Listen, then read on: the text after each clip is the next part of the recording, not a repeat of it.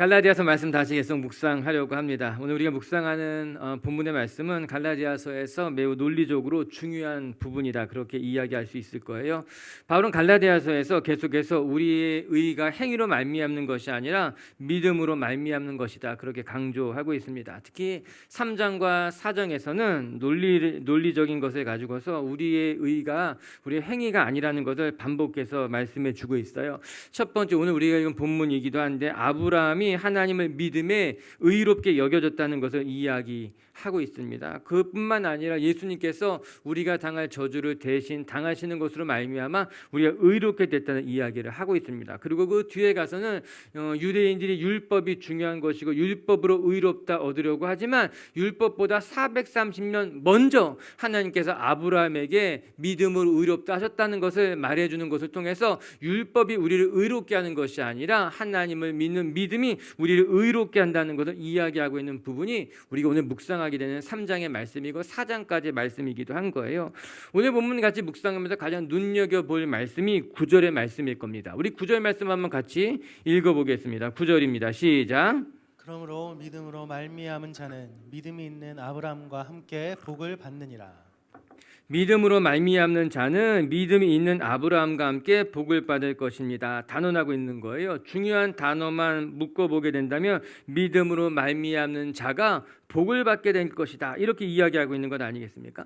우리가 7월달 한 달 동안 묵상했던 말씀과 연이어서 생각해 보게 된다면 바울은 분명히 믿음으로 말미암아 의롭게 됩니다 이야기했어요. 그 다음에는요, 바울은 믿음으로 말미암아 성령을 받습니다 이렇게 이야기했어요. 그리고 나서 오늘 본문에서는요, 믿음으로 말미암아 우리가 복을 받게 됩니다 이야기하고 있는 것 아니겠습니까? 그럼 공통점이 무엇입니까? 믿음으로라는 단어인 거예요. 믿음으로 말미암아 우리가 의롭게 되는 것을 기억하십시오. 믿음으로 말미암아 성령을 받았다는 사실을 여러분이 기억하십시오. 그리고 세 번째, 우리가 복을 받는 것은 우리의 행위로 복을 받는 것이 아니라 믿음으로 말미암아 우리가 하나님이 주시는 복을 받고 누리게 됩니다 이야기하고 있는 것 아니겠습니까? 이 모든 것이 믿음으로부터 말미암았다라고 하는 것이에요. 그래서 이 믿음이라고 하는 것이요, 우리의 삶의 가장 큰 축복이고 가장 큰 선물이라고 할 수 있을 것입니다. 우리가 믿음 없이는 살 수 없어요. 믿음이 없는 삶을 상상할 수도 없을 것입니다. 이에 바울은 갈라디아서에서 믿음에 대해서 이야기하고 있습니다. 믿음이 주시는 축복, 믿음으로 말미암아 의롭게 된 것, 믿음으로 말미암아 성령님을 받은 것, 믿음으로 말미암아 하나님의 복이 우리 가운데 임했습니다라고 말이에요. 우리 빛의 교회 성도 여러분, 여러분들도 이 세상 살아가면서 믿음으로 살아가는 분들, 믿음이 여러분에게 능력이 되고 힘이 된다는 것을 기억하시길 주님의 이름으로 축복합니다. 적지 않은 사람들이 자기의 경험, 자기의 실력, 자기의 능력으로 살아가게 됩니다. 어떤 사람은요, 운으로 살아가려고 하는 사람도 있을 거예요. 이거다 얼마나 어리석은 삶이겠습니까? 생각이겠습니까? 그러면 자기의 능력으로 살아가는 사람들은요, 자기 능력밖에 살지 못해요. 운으로 살아가는 사람은요, 그 운이 닿으면 그의 삶이 고달플 수밖에 없는 거예요. 그러나 우리는 내 실력, 내 능력, 운으로 살아가는 사람들이 아니라 오늘 말씀처럼 믿음으로 말미암아 의롭게 되고 믿음으로 말미암아 성령 받고 살아가고 믿음으로 말미암아 하나님의 복을 누린다 이야기하고 있는 것 아니겠습니까? 여러분들의 삶의 자리 가운데 이 믿음이 있어서요, 그 믿음으로 말미암아 세상을 이기고 믿음으로 말미암아 하나님의 복을 받으시기를 주의 이름으로 축복합니다. 그럼 오늘 본문은 우리가 믿음으로 말미암아 받는 복이 무엇인가에 대해서 잘 설명해 주고 있어요. 믿음이 있을 때 우리가 누리게 되는 하나님의 은혜, 하나님의 축복이 무엇일까? 오늘 말씀이 짧지만요, 오늘 말씀 같이 묵상해 가면서요, 믿음 따라 살아가는 사람들이 누리게 되는 축복을 같이 한번 생각해 보면 좋겠습니다. 우리 먼저 6절과 7절 말씀 한번 읽어보겠습니다. 6절 7절 시작. 아브라함이 하나님을 믿음에 그것을 그에게 의로 정하셨다 함과 같으니라. 그런즉 믿음으로 말미암은 자들은 아브라함의 자손인 줄 알지어다. 아멘. 우리 온라인으로 예배드리는 분들 인사하고 싶었는데 인사를 제가 못했어요. 제가 온라인으로 예배드리니까는 인사하는 게 중요하겠더라고요. 강은숙 집사님 예배합니다. 강은숙 집사님 몸이 조금 불편하신데 계속 회복이 잘 안 되시는 것 같아요. 김지혜 우리 집사님 반가워요. 박안서 집사님 계속 온라인 예배드리고 있어서 좋습니다. 신옥주 집사님도 인사하고 있어요. 반갑습니다. 할렐루야. 첫 번째 오늘 말씀을 통해 배우게 되는 것은 믿음으로 말미암아 우리가 받는 축복이 무엇인가? 아브라함의 자손이 되었다라고 하는 거예요. 아브라함의 자손이 되었다는 것은 우리가 믿음의 자녀가 되었다는 것, 하나님의 자녀가 되었다는 것을 뜻할 것입니다. 우리가 지난주 말씀에서 이야기한 것 같이 하나님께서 우리를 믿음으로 말미암아 의롭게 여겨주셨다 이렇게 이야기하고 있는 것 아니겠습니까? 이 말씀이 중요합니다. 6절 말씀에서도요, 아브라함이 하나님을 믿음에 그것을 그에게 의로 정하셨다. 다른 번역을 보게 되면 의롭게 여겨주셨다 이야기하고 있습니다. 이 단어가 매우 중요합니다. 의로운 것이 아니라 의롭다 여겨주었다는 거예요. 그 사람이 비록 온전히 의롭지 못한다 할지라도 믿음 따라 살아가는 사람들은요, 하나님이 그를 의롭게 여겨주십니다. 의롭게 바라봐 주십니다. 이렇게 이야기하고 있는 거예요. 우리가 알듯이 아브라함도 여전히 부족한 사람이었습니다. 아브라함은 의롭지 못한 경우가 너무나 많았습니다. 우리와 똑같이 평범한 사람이라고 말할 수 있을 거예요. 그러나 아브라함이 하나님을 믿음에 하나님을 굳게 붙잡고 하나님을 신뢰하며 나아가게 되자 하나님이 아브라함을 바라보시고 무엇라 칭찬하셨는가? 내가 너의 믿음을 보니 내가 너의 의롭다 이렇게 이야기한 거예요. 이게 창세기 15장 사건이고 오늘 나오는 말씀의 배경인 것 아니겠습니까? 하나님이 아브라함의 믿음을 보시고 그를 의롭다 여겨주셨다라고 하는 거예요. 그리고 나서 7절에 와서는 믿음으로 말미암는 사람들은 하나님의 아브라함과 같이 하나님의 자녀가 되었다 이 이야기하고 있습니다. 아브라함의 자손이 되었다는 것은 믿음의 자녀가 됐다는 거예요. 하나님의 자녀가 되었다라고 하는 거예요. 즉 믿음으로 하나님 앞에 나아가는 자들마다 하나님의 자손이 되었고 믿음의 백성이 되었고 하나님의 자녀가 되었다라고 하는 거예요. 참 감사한 말씀이죠. 우리가 이제 믿음으로 말미암아 하나님의 자녀가 되었다는 것, 그런데 이 말씀을 이해하는 데 있어서 6절과 7절을 연결시키는 것이 중요합니다. 6절의 말씀에 보게 되면요, 아브라함이 하나님을 믿음에 의롭게 여겨주셨다 그렇게 이야기하고 있는 것 아니겠습니까? 7절의 말씀에 보게 되면은 믿음으로 말미암는 사람들은 하나님의 자녀가 되었다 그렇게 이야기하고 있는 것이죠. 실상 이 말씀은 믿음으로 말미암아 우리를 의롭게 여겨주신 것과 같이 우리가 믿음으로 하나님 앞에 나아가면 우리가 하나님의 자녀가 아님에도 불구하고 하나님이 우리를 자녀라 여겨주신다는 뜻을 가지고 있는 거예요. 우리가 하나님의 자녀가 될 만한 자격이 없음에도 불구하고 우리를 믿음으로 말미암아 하나님의 자녀로 여겨주셨다는 이 공통점을 갖고 있는 겁니다. 흔히 하는 말로 우리 양자가 되었다 이렇게 표현하고 있는 것 아니겠습니까? 양자는 직접 낳은 자녀가 아닙니다. 그러나 법적으로 입양이 된 것으로 말미암아 진짜 아들과 딸 자녀가 된 것 아니겠어요? 유전자로 따지게 보면은 유전자가 맞지 않습니다. 직접 낳은 친자녀는 아닐 수 있을지 모르지만 법적으로는 진짜 자녀가 된 거예요. 법적으로는 어느 것 하나 부족한 건 없이 이제 나의 호적에 올릴 수 있는 내 아들이 되고 내 딸이 된 것 아니겠습니까? 오늘 성경 그 이야기를 하고 있는 거예요. 아브라함이 믿음으로 말미암아 의롭게 여겨진 것 같이 하나님을 믿는 백성들은 이제 하나님의 자녀로 입양이 된 겁니다. 하나님의 자녀가 되었다 그렇게 하면 인정해 주시게 되었다라고 하는 거예요. 비록 우리가 하나님의 친자녀가 아니라 할지라도 하나님의 자녀로서의 모습을 가지고 있지 못하다 할지라도 믿음으로 나가는 자들을 하나님이 입양시켰어요. 법적으로 내 자녀로 삼아주었다 이야기하고 있는 것 아니겠습니까? 이것이 믿는 자들이 받게 되는 첫 번째 축복이라고 하는 거예요. 오늘도 우리 빛의 성도 여러분들이 우리의 모습을 하나님 보시기에 보잘것없을지 모르지만 우리는 이제 하나님의 법적인 자녀가 되어서 하나님께서 우리를 아들이라 딸이라 불러주신다는 것을 기억할 수 있게 되기를 주님의 이름으로 축복합니다. 이에 에베소서 5장 8절엔 이렇게 이야기하고 있어요. 같이 한번 읽어볼게요. 시작. 너희가 전에는 어둠이더니 이제는 주 안에서 빛이라 빛의 자녀들처럼 행하라. 성경 분명히 우리의 실체에 우리는 전에는 어둠이었다는 거예요. 어둠의 자녀였지만 이제 우리가 믿음으로 하나님 앞에 나아가면 이제 우리는 어둠이 아니라 빛이요 어둠의 자녀가 아니라 빛의 자녀가 되었다고 이야기하고 있는 것 아니겠습니까? 너무나 감격스러운 말씀이죠. 전에는 우리가 어둠으로 가득 찬 인생이었다는 거예요. 우리가 살아가는 삶의 자리가 어두웠고 우리의 모습도 어두웠고 우리의 존재 자체가 어둠이고 어둠의 자녀였지만 우리가 믿음으로 하나님 앞에 나아가게 되면은 우리를 의롭게 여겨주실 뿐만 아니라 우리를 하나님의 자녀, 하나님의 백성, 빛의 열매를 맺는 백성으로 하나님이 불러주신다 이야기하고 있는 것 아니겠습니까? 할렐루야. 우리의 모습이 부족해도 우리는 빛이요 빛의 자녀들이요 하나님의 백성이 됐다는 걸 기억할 수 있게 되기를 주님의 이름으로 축복합니다. 말씀을 들여다보면서 어떤 사람들이 이렇게 물을 것만 같아요. 목사님, 우리가 왜 꼭 하나님의 자녀가 되어야 하냐? 왜 꼭 우리가 하나님의 백성이 되어야만 하냐? 이렇게 묻는 사람들이 있을 수 있겠더라고요. 전 그런 분들에게 이렇게 말해주고 있어요. 하나님의 자녀가 될 때에, 하나님과의 관계가 회복될 때 비로소 우리의 삶에 참된 자유와 참된 능력이 나타나기 때문이다, 이렇게 이야기해주고 싶은 거예요.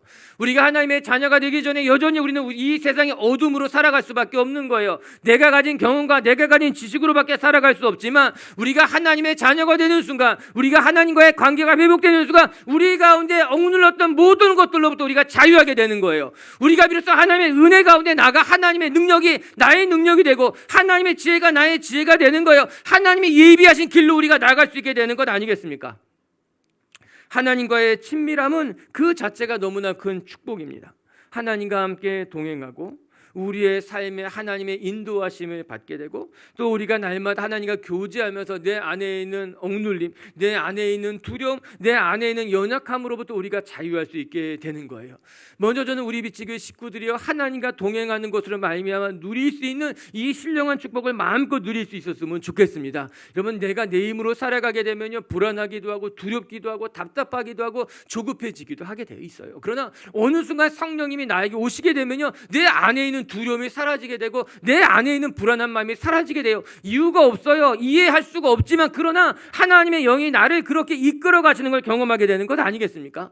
그뿐만 아니라 우리가 하나님과의 관계가 회복되며 우리가 하나님의 자녀가 되면요, 내가 지금까지 경험해보지 못했던 하나님의 지혜, 하나님의 능력이 나의 삶을 이끌어가게 되는 거예요. 흔히 하는 말로 성령이 충만한 것으로 말미암아 내 안에, 내 삶 안에 하나님의 능력이 나타나게 되는 것이죠. 그것이 하나님의 자녀의 삶이에요. 하나님의 자녀가 누리게 되는 하늘의 축복이라고 하는 거예요. 할렐루야. 여러분의 삶의 자리가 더 신났으면 좋겠어요. 더 행복했으면 좋겠어요. 하나님의 은혜와 하나님의 능력을 경험하는 것으로 말미암아 여러분의 삶에 하나님의 흔적이 나타날 수 있게 되기를 주님의 이름으로 축복합니다. 두 번째, 또 말씀을 통해 배우게 되는 것, 우리가 누리게 되는 축복이 무엇인가? 그리스도께서 우리를 위해서 대신 저주받는 것으로 말미암아 우리에게 묶여진 모든 저주로부터 우리가 해방됐다고 오늘 성경 그렇게 말해줍니다. 10절 말씀 한번 같이 읽어볼게요. 10절입니다. 시작. 무릇 율법 행위에 속한 자들은 저주 아래에 있나니 기록된 바 누구든지 율법책에 기록된 대로 모든 일을 항상 행하지 아니하는 자는 저주 아래 있는 자라 하였음이라. 오늘 본문에 사실 축복이란 단어도 많이 나오지만요, 저주라는 단어도 적지 않게 등장하게 됩니다. 우리 읽은 10절에도 저주란 단어가 반복되고, 그뿐만 아니라 13절 읽어보게 되면 또 저주란 단어가 반복되어 등장하게 됩니다. 율법 아래에 있는 자들은 저주 아래에 있는 사람들이다, 바로 이렇게 단언해서 말하고 있어요. 왜 이렇게 분명하게 이야기할까? 어느 누구도 율법에 기록된 대로 그 모든 것을 행할 수 없기 때문이다. 이는 율법의 기준이 높은 것이 아니라 우리 안에 있는 죄성으로 말미암아 우리가 율법을 따라가지 못하기 때문일 것입니다. 우리가 아무리 열심히 수고하고 노력하고 사모하는 마음이 있다 할지라도, 바울의 고백과도 같이 내 안에 또 다른 법이 있어서, 내 안에 죄의 습관들이 있어서 우리가 하나님을 사모한다 할지라도, 우리가 하나님의 법대로 살려 한다 할지라도 우리 안에 죄성이 끊임없이 우리를 죄된 곳으로 그렇게 우리를 몰고 갈 때가 있는 건 아니겠습니까? 그리고 우리는 율법으로 말미암고서는 하나님의 의에 이를 수가 없습니다. 물론 우리 중에 선하게 살아가는 사람들도 분명히 있을 수 있습니다. 흔히 하는 말로 법 없이도 살아갈 수 있는 사람들이 우리 주변에 간혹 발견할 수도 있잖아요. 정말 너무 착한 사람들, 너무 선하게 살아가는 사람들, 간혹 그런 사람들을 보기도 합니다. 그런데 그렇게 법 없이 살아갈 수 있는 사람이라 할지라도 그 사람의 깊은 것을 들여다보게 되면은 그 안에는 누구에게도 말하지 못하는 어둠이 숨겨져 있을 수밖에 없는 것. 오늘 성경 그렇게 이야기하게 됩니다. 그 율법인 거예요. 그 예수님도 이렇게 말씀하셨어요. 율법뿐만 아니라 내가 마음으로 음욕을 품는 것도 죄라고 이야기한 거 있는 건 아닙니까? 그뿐만 아니라 유대인들이 만들어 놓은 율법은 이루 셀 수 없을 만큼 많았습니다. 그 모든 것을 충족시킬 수 있는 길이 없었어요. 이 오늘 성경이 이야기하고 있는 겁니다. 율법으로는 우리가 의롭게 될 만한 사람이 없습니다. 율법을 다 지키며 행하며 살아가는 사람들이 과연 우리 가운데 누가 있겠습니까? 로마서 3장에 바울은 이렇게 이야기한 말씀이 있어요. 제가 한번 읽어드리면 이렇습니다. 기록된 바 의인은 없나니 하나도 없으며 깨닫는 자도 없고 하나님을 찾는 자도 없고 다 치우쳐 함께 무익하게 되고 선을 행하는 자도 없나니 하나도 없도다. 여기도 중요한 것은 하나도 없다는 거예요. 우리 중에 의롭게 살아갈 만한 사람, 우리 중에 정말 부끄럽지 않게 살아갈 만한 사람은 아무도 없다는 거 오늘 성경이 이야기해 주고 있어요. 이것이 인간의 실존입니다. 겉으로 보기에는 대단한 것 같고 깨끗한 것 같고 부끄러울 것이 없는 것 같지만 사실 우리 안에는 온통 죄악들이, 온통 유혹들이 우리 마음속에 있잖아요. 하나님을 의지하지 않고 내 힘으로 감당하려고 하는 것, 교만한 마음, 또 세상의 자랑들, 끊임없는 욕심들, 이것들이 우리 마음속에 가득하다라고 하는 거예요. 그런데 감사한 것은, 놀라운 것은 우리가 우리 안에 있는 죄로 말미암아 저주를 받아야 했는데 그 저주를 예수님이 대신 받으셨다는 겁니다. 예수께서 대신 저주를 받음으로 말미암아 우리가 그 저주의 자리에서 노임을 받게 되었습니다. 이야기하고 있는 것 알겠어요. 13절의 말씀 한번 읽어볼까요? 13절의 말씀 시작. 그리스도께서 우리를 위하여 저주를 받은 바 되사 율법의 저주에서 우리를 속량하셨으니 기록된 바 나무에 달린 자마다 저주 아래 있는 자라 하였음이라. 아멘.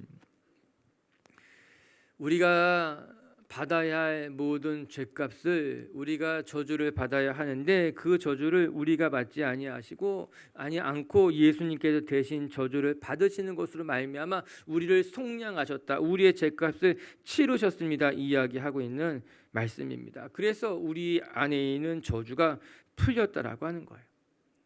누군가 죄를 지면 그 대가를 지불해야 되는 것 아니겠습니까?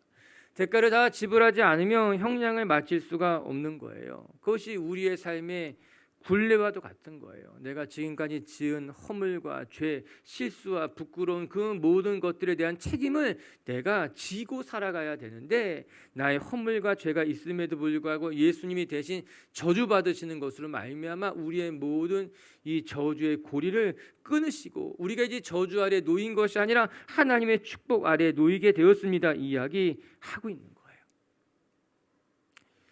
이 말씀을 우리 빛의교회 식구들이 감사함으로 감격함으로 받을 수 있게 되기를 주님의 이름으로 축복합니다. 우리가 지금까지 살아온 우리의 삶의 흔적이 부끄럽고 더럽고 추하다 할지라도 그 모든 죄의 저주를 예수님이 대신 받음으로 말미암아 이제 우리가 그 저주의 자리에서 벗어날 수 있었으니 이제 우리에게 얽힌 그 모든 저주가 끊어졌음을 믿으시고 이제 우리 빛의 교회 식구들은요 저주의 자리가 아니라 축복의 자리, 어둠의 자리가 아니라 빛의 자리로 나가 하나님의 은혜를 누릴 수 있는 분들 되시기를 주님의 이름으로 축복합니다. 만화 영화 같은 거 보게 되면은 저주에서 탁 풀려날 때가 있잖아요. 그 얼마나 감격스러운 순간인 거예요. 오늘 예수께서 십자가 지시는 것으로 말미암아 우리 안에 있는 모든 저주가, 우리 안에 있는 모든 죄가 다 풀어지고 자유로워졌다는 거예요. 할렐루야. 옆에 사람 바라보면서 우리 축복해 주세요. 저주에서 풀려났습니다. 아멘. 이 감격스러운 말을 이렇게 무미건조하게 나눌 수 있다니 우리가 저주에서 풀려나게 된 거예요. 우리의 부끄러운 과거에서부터 우리의 초라한 과거에서부터 저주받을 인생의 자리에서부터 우리가 해방됐다라고 하는 거예요. 오늘 이 말씀을 우리 메시지 성경은요 이렇게 번역하고 있어요. 갈라디아서 10장 말씀 한번 읽어볼까요? 메시지 성경으로요. 시작.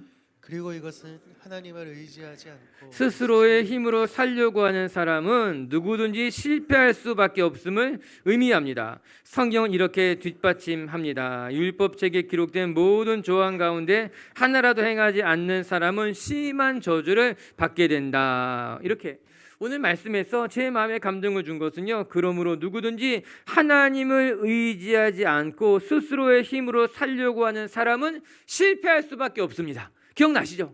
오늘 10절의 말씀을 그렇게 번역하고 있는 거예요. 하나님을 의지하지 않고 의롭다고 의로워지려고 하는 사람은 실패할 수밖에 없다는 거예요. 하나님을 의지하지 않고 자기 힘으로 살려고 하는 사람은 실패할 수밖에 없다라고 하는 거예요. 우리가 이렇게 살아갈 때가 얼마나 많습니까? 내 힘으로, 내 노력으로 내가 수고해서 살아보고자 할 때가 얼마나 많습니까? 그런데 분명한 것은요, 하나님을 의지하지 아니하고 자기 힘으로 살아가려고 하면은 실패할 수밖에 없다라고 하는 거예요. 하나님 앞에 나아갈 수조차 없다고 이야기하고 있는 것 아니겠습니까? 그래서 예수님이 우리를 위해서 십자가 달려 죽으신 거예요. 그래서 예수님이 우리를 살리셨다 이야기하고 있는 것 아니겠습니까?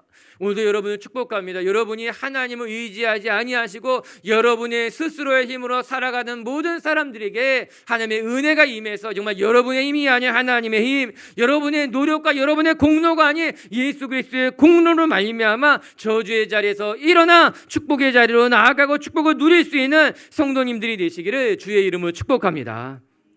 세 번째, 끝으로 오늘 말씀을 통해 배우게 되는, 우리가 받게 되는, 믿음으로 말미암아 받게 되는 세 번째 복이 무엇인가? 우리가 이제 우리로 말미암아 이방인들까지도 하나님의 자녀가 되는 축복의 통로가 되었다라고 하는 겁니다. 우리 14절의 말씀 한번 읽어보겠습니다. 14절의 말씀 시작. 이는 그리스도 예수 안에서 아브라함의 복이 이방인에게 미치게 하고 또 우리로 하여금 믿음으로 말미암아 성령의 약속을 받게 하려 함이라. 자, 우리가 받게 되는 세 번째 축복이 무엇인가?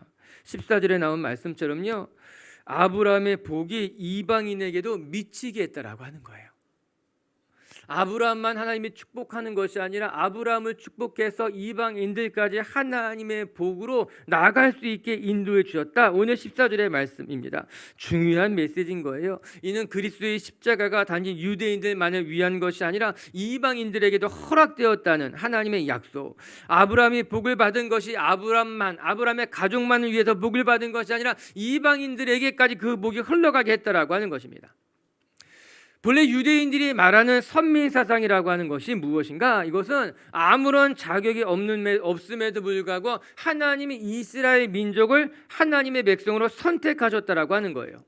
하나님의 선택은 이스라엘 백성들의 능력이나 공로가 아니라 하나님이 무조건적으로 선택하셨다는 것이 선민사상의 본래 뜻이에요.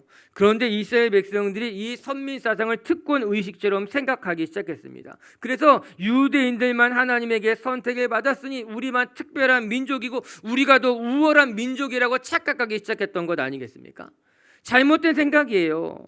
성경을 보게 되면 분명히 알 수 있습니다. 성경이 하나님께서 아브라함을 택하신 것은 아브라함만을 위해서 택한 것이 아니라 아브라함을 통해서 이방 민족에게 복을 받기 위해서 택했다 이야기한 것 아니겠어요? 선민 사상을 갖고 있었던 유대인들은 우리만 선택받은 백성이라고 생각했지만 하나님이 유대인을 선택한 것은 유대인만을 복주기 위함이 아니라 유대인들을 통해서 이방인을 복주기 위함이라는 거예요. 아브라함을 선택한 것은 아브라함만을 목주기 위한 것이 아니라 아브라함을 통해서 너무나 놀랍게도 유대인들뿐만 아니라 이방인들에게까지 복음을 전하기 위해서 아브라함을 불렀다고 이야기하고 있는 것 아니겠어요? 이게 14절의 말씀인 거예요. 이게 우리가 받는 축복의 가장 큰 특징이라고 하는 것입니다. 그럼 8절 말씀 한번 읽어볼까요? 8절 말씀도 동일합니다. 8절 시작. 또 하나님이 이방을 믿음으로 말미암아 의로 정하실 것을 성경이 미리 알고 먼저 아브라함에게 복음을 전하되 모든 이방인이 너로 말미암아 복을 받으리라 하였느니라. 아멘. 여러분, 바울은요 이 갈라디아 성도들에게요, 아니 그 당시 모든 초대교회 성도들에게 이 말씀을 전해주고 싶었던 거예요. 복음은 유대인들에게 국한된 것이 아니라 이방인들에게까지 하나님이 먼저 예정하신 것입니다 이야기하고 있는 것 아니겠습니까? 서론에 이야기한 것 같이 유대인들은 율법이 중요했어요. 율법을 지킴으로 말미암아 의롭게 된다고 생각했습니다. 그런데 생각해 보세요. 아브라함이 먼저예요? 율법이 먼저예요? 시대순으로 생각해 보세요. 율법을 받은 사람이 누구예요? 모세입니다. 모세가 먼저 태어났어요? 아브라함이 먼저 태어났어요? 아브라함이 430년 먼저 태어났죠. 한참 전에 태어났죠. 율법이 있기 전에 아브라함이 먼저 믿음으로 말미암아 의롭게 된 겁니다. 율법이 있기도 전에 하나님은 먼저 아브라함을 통해서 이방인들에게까지, 율법을 알지 못한 이방인들에게까지 복음을 전할 계획을, 약속을 가지고 계셨던 것 아니겠습니까? 이로 말미암아 우리가 분명히 깨닫게 되는 것, 아브라함이 자손이 받는 축복이 무엇인가? 아브라함으로 말미암아 이방인이 복을 받은 것 같이 오늘 우리가 받는 이 축복은 나로 말미암아 나의 이웃이 이방인들까지 복을 받게 하는 축복의 통로를 우리가 부르심을 받았다고 하는 사실인 거예요. 사랑하는 빛의 교회 성도 여러분, 오늘 본문에는요 하나님의 의중이 분명하게 나와 있습니다. 하나님이 아브라함을 왜 부르셨을까? 아브라함을 통해서 이방인들에게까지 믿음을 보여주고 싶었던 거예요. 믿음의 자녀로 삼고 싶었던 것이 하나님의 의중, 하나님의 계획이었다라고 하는 거예요. 오늘도 우리가 이 말씀을 기억하며 살아가시길 바랍니다. 유대인들 같이 내가 하나님의 선택을 받은 선민이라고 하는 이 우월 의식 속에 사로잡히는 것이 아니라, 내가 이제 교회를 다닌다면, 내가 이제 예수님을 믿는 백성이 되었다면 나로 말미암아 하나님이 행하실 것을 기대하면서 여러분이 축복의 통로가 되시기를 주님의 이름으로 축복합니다. 그리고 나서 생각해 보면은, 여러분, 사랑은 받는 것도 복된 일이지만 사랑은 주는 것이 더 복되다는, 이게 예수님의 말씀 우리가 기억해야 될 줄로 믿습니다. 아무리 가가지고 우리가 많이 섬긴 것 같았지만 사실 우리가 느낀 것은 내가 섬긴 것보다 섬김을 더 많이 받고, 내가 베푼 것보다 내가 더 많은 은혜를 받았다는 것이 모든 아우리지 팀원들의 고백이었어요. 그것 때문에 우리가 행복해하고 기쁘고 감사한 것 아니겠어요? 여러분, 우리가 다른 사람들을 축복하고 다른 사람에게 축복의 통로가 된 것은 하나님이 나를 통해 저 사람을 복 주시는 것도 있지만, 그렇게 축복의 통로가 되는 것 자체가 나에게 너무나 큰 은혜, 나에게 너무나 큰 복이기 때문인 거예요. 단 한 번도 누군가를 사랑해 보지 못한 사람, 단 한 번도 누군가를 위해서 살아보지 못한 인생, 그 얼마나 불쌍한 인생이에요. 전 지금 만약에 여러분의 삶의 자리에서 다른 사람에게 흘려보내는 축복의 통로가 막혀 있는 분들이 있다면, 지금까지 열심히 하나님 위해 살아왔지만 지금은 그 축복을 나누지 못하고 그 축복을 다른 사람에게 베푸지 못하며 살아가는 분들이 있다면, 다시 여러분의 신앙이, 여러분의 삶에 이 축복의 통로가 뚫리고 축복의 통로가 넓어질 수 있게 되기를 주님의 이름으로 축복합니다. 우리의 삶에 이 축복의 통로가 넓어질수록 우리의 삶에 하나님의 은혜가 더 많이 흘러들어와 많은 사람들을 더 복되게 하는 하나님의 자녀가 될 줄로 믿습니다. 말씀을 정리합시다. 오늘 본문은 우리에게 믿음으로 말미암아 아브라함이 누리는 복을 여러분들도 함께 누리게 됩니다 이야기하고 있어요. 지난달 말씀과 연이어서 생각해 본다면 믿음으로 말미암아 의롭게 된다고 이야기했어요. 그 다음 주에는 믿음으로 말미암아 너희가 성령 받은 것을 알지 못하느냐, 이렇게 이야기했어요. 그 오늘 말씀에는요, 믿음으로 말미암아 아브라함이 받은 복을 받습니다 이야기하고 있는 건 아니겠어요. 믿음이 주는 놀라운 축복이에요. 우리가 이 믿음을 붙들고 살아가면요, 믿음 때문에 의롭게 되고요, 믿음 때문에 성령 충만하게 되고요, 믿음으로 말미암아 하나님의 복으로 살아가게 될 줄로 믿습니다. 그럼 이 믿음으로 받게 된 축복이 무엇일까? 오늘 말씀에 보니까요, 첫 번째, 믿음으로 말미암아 아브라함의 자손, 믿음의 자녀, 하나님의 백성이 될 수 있다고 이야기하고 있습니다. 우리 비치교회 식구들이요, 이 믿음으로 말미암아 하나님의 자녀가 되신 이 복을 누리시고요, 하나님과의 관계가 회복되는 것으로 말미암아 하나님이 주는 지혜와 능력, 하나님이 주는 위로가 가득한 성도님들 되시기를 주님의 이름으로 축복합니다. 두 번째, 우리가 믿음으로 말미암아 받게 된 또 하나의 복은 이제 우리가 저주의 자리에서 벗어나 축복의 자리로 나아갈 수 있게 됐다는 거예요. 예수님이 우리를 대신하여 저주 받으셨기 때문에 이제 우리의 삶의 저주의 고리가 끊어지게 됐다라고 하는 거예요. 더 이상 저주에 매여 살지 마시고요, 저주에 묶여 살지 마시고요, 여러분을 풀어놓으시고 자유롭게 하신 주님을 바라보시는 성도님들 되시기를 주님의 이름으로 축복합니다. 세 번째, 우리가 믿음으로 말미암아 누리게 되는 복은 축복의 통로가 되었다라고 하는 것이에요. 오늘 여러분의 삶이 축복의 통로가 되시길 주님의 이름으로 축복합니다.